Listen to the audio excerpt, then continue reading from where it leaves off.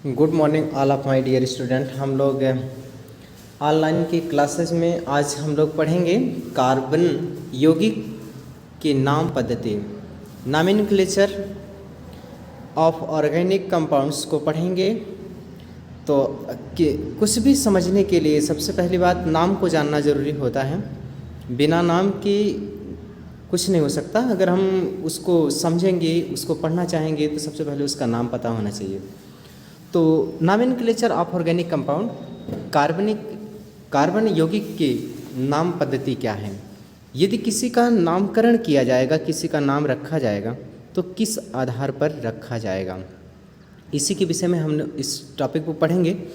तो कार्बन के यौगिक हैं, उनका नाम रखना है। नाम कैसे रखा जाएगा, किस पद्धति पे रखा जाएगा, उसी को हम लोग पढ़ेंगे।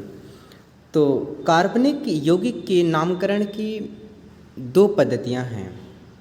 मतलब कार्बन के जो यौगिक हैं उसका नामकरण की दो पद्धति से हम लोग उसका नामकरण किया गया है। तो पहला बोला गया जिसे बोलते हैं कॉमन या ट्रिवियल सिस्टम, साधारण या निरर्थक पद्धति।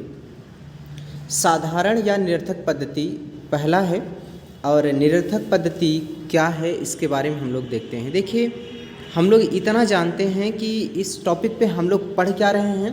हम लोग ये पढ़ रहे हैं कि कार्बनिक यौगिक का नामकरण कैसे होगा, कार्बन यौगिक का नामकरण क्या होगा, कैसे होगा। तो नामकरण में हम लोग दो पद्धतियाँ अपनाई गई है।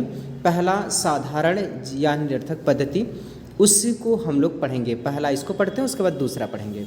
तो पहला है क्या है, इसको देखते हैं। साधारण या निरर्थक पद्धति, कॉमन और ट्रिवियल सिस्टम। प्रारंभ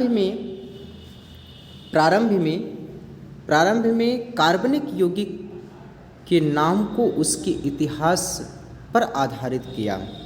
मतलब शुरुआत में जो उसके नामकरण की पद्धति हुई वह किस आधार पर होगा, वह किस पर लिया गया, उसी को देखेंगे।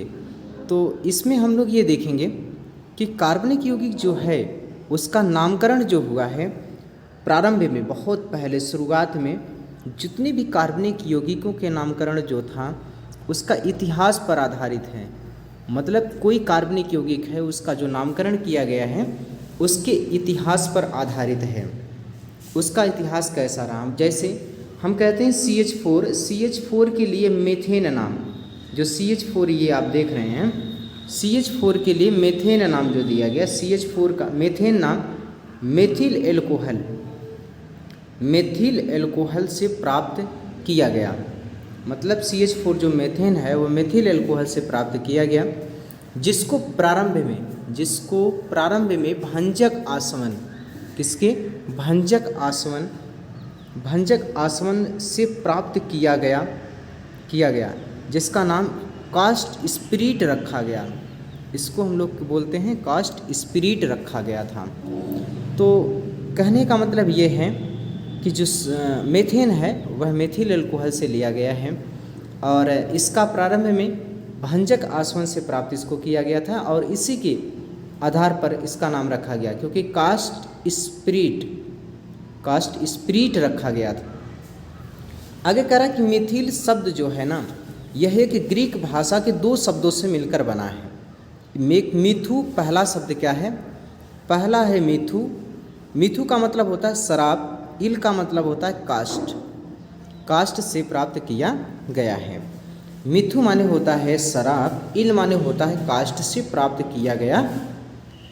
तो हम लोग इतना जान गए कि जो पुरानी पद्धति, जो साधारण पद्धति, निरर्थक पद्धति ये है तो उसके उत्पत्ति के आधार पर नाम रखा गया है। तो हम लोग इतना जान गए जो पुरानी पद्धति है वह किस आधार पर रखा गया है। पुरानी पद्धति का जो नामकरण हुआ है वह हुआ है कि वह किस सोर्स से, किस आधार पर वह प्राप्त हुआ है, उसी के आधार पर उसका नामकरण हुआ है। इसी प्रकार से देखिए एस्टिक अम्ल, कौन सा, एस्टिक अम्ल का नाम सिरके के लैटिन नाम एसिडम, इसका लैटिन नाम क्या है, एसिडम से प्राप्त किया गया है। जो सिरका है, एसिटिक अम्ल जो है, इसका लैटिन नाम एसिडम से उसका नाम पड़ गया क्या, एसिटिक अम्ल पड़ गया। इस प्रकार से काल्पनिक यौगिक का नामकरण की साधारण या निरर्थक पद्धति का जन्म हुआ। तो हम लोग इतनी बात इसमें ज़्यादा यही पढ़ेंगे, क्या पढ़ेंगे, इस पद्धति का यह लाभ है कि यौगिक का नाम छोटे होते हैं और आसानी से याद हो जाते हैं, परंतु इसकी यह हानि है कि किसी भी यौगिक के अनेक नाम हो सकते हैं। तो इसका लाभ हानि क्या है इसको भी हम लोग देख लिए। अब हम लोग इसी को अगर आगे देखा जाए तो ये पद्धति हम लोग पहला समझ में आती है। पहला पद्धति हम लोग देख पाएँ कि पहला पद्धति जो था वह इतना था, इसमें अगर लिखना है तो यही बात लिखेंगे, कौन सा, निरर्थक पद्धति या फिर कौन साधारण पद्धति। निरर्थक पद्धति का मतलब यह है कि ऐसे कार्बनिक यौगिकों का नामकरण उसके प्राप्ति के आधार पर रखा गया है। तो उसे क्या किया है, प्राप्ति के आधार पर रखा गया है। जैसे दो उदाहरण दिया गया, मेथिल अल्कोहल से प्राप्त है मेथेन CH4, और दूसरा क्या है, एसिटम, जिससे उसका एसिटिक अम्ल का जो लैटिन नेम है एसिडम, उससे लिया गया है। दोनों बातों को देखा गया। आगे हम लोग दूसरी पद्धति को पढ़ेंगे, जेनेवा पद्धति। दूसरी पद्धति है हमारा जेनेवा पद्धति। जेनेवा पद्धति क्या है, देखिए, कार्बनिक यौगिक की बढ़ती संख्या को देखते हुए, हाँ, समस्या क्या हुई जब वहाँ पर साधारण पद्धति को हम लोग पढ़ रहे थे, तो साधारण पद्धति में ये था सोर्स, जितने रिसोर्सेज आएंगे जिसके आधार पर कोई यौगिक प्राप्त होगा उसी के आधार पर उसका नामकरण होगा। तो कहने का मतलब कई लाखों यौगिकों का नाम याद रखना ये संभव नहीं था। तो उसके लिए ये पद्धति लागू की गई। ये किस प्रकार से, वही देखिए, एक समस्या हुई, उस समस्या के निदान के लिए दूसरा पद्धति आया। कौन सा, कार्बनिक यौगिक की बढ़ती संख्या को देखते हुए। कार्बनिक यौगिक की संख्या इतनी बढ़ रही है, उसको देखते हुए कार्बनिक यौगिक की संख्या बढ़ती हुई की समस्या है। एक कार्बनिक यौगिक की बढ़ती हुई संख्या को देखते हुए कार्बनिक यौगिक का नामकरण क्रमबद्ध करने की आवश्यकता हो गई। और सबसे उत्तम पद्धति यह है कि जो यौगिक की संरचना को प्रकट करता है, ये बातें।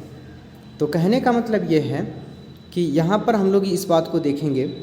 इस कार्य के लिए सन 1892 ईस्वी अंतर्राष्ट्रीय रसायन यौगिक की एक समिति बुलाई गई। एक क्या हो गई, एक समिति बुलाई गई। और इस समिति बुलाई गई, ठीक है, कब बुलाई गई, 1892 में अंतर्राष्ट्रीय रसायन यज्ञ के, जैसे मतलब एक बैठक हुई, अंतर्राष्ट्रीय रसायन के वैज्ञानिक जो थे उनकी एक बैठक हुई। कब, 1892 ईस्वी में एक समिति बैठक हुई, एक बुलाई गई, समिति बुलाई गई। और इसमें क्या क्या बातें होंगी देखिएगा। इसमें क्या है, हम लोग, बैठक कब होती है, समिति कब बनती है, 1892 में यह बैठक होती है। इसमें कौन सी बातें होंगी, कहेगा कि रसायन की इस समिति में यौगिकों को केस्मीकरण की एक पद्धति है, जिससे रेशनल सिस्टम प्रस्तुत की गई। एक रेशनल सिस्टम को क्या किया गया, प्रस्तुत किया गया, रेशनल सिस्टम को प्रस्तुत किया गया।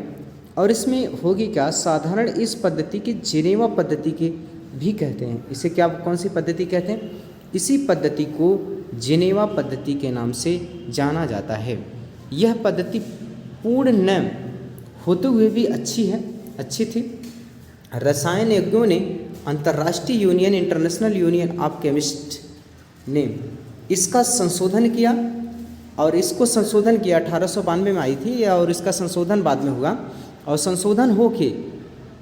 इसका संशोधन हो करके 1922 ईस्वी तथा अंत में 1931 में एक रिपोर्ट प्रकाशित की गई। और इस रिपोर्ट के मुताबिक, ये जो रिपोर्ट है, देखिए कई घटनाएं होती हैं। पहले 1892 में सबसे पहले इस पद्धति को लागू किया गया और अंतर्राष्ट्रीय समिति बुलाई गई, कितने में, 1892 में।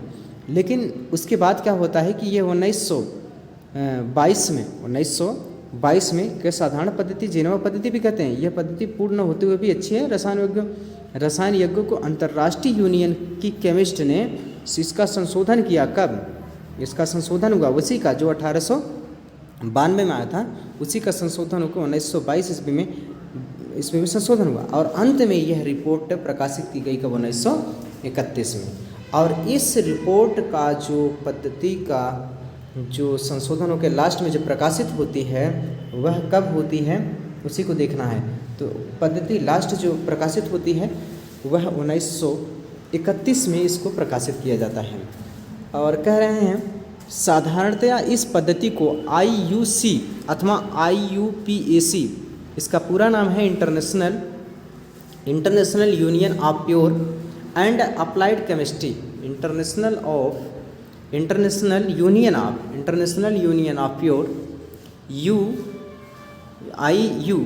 IUPAC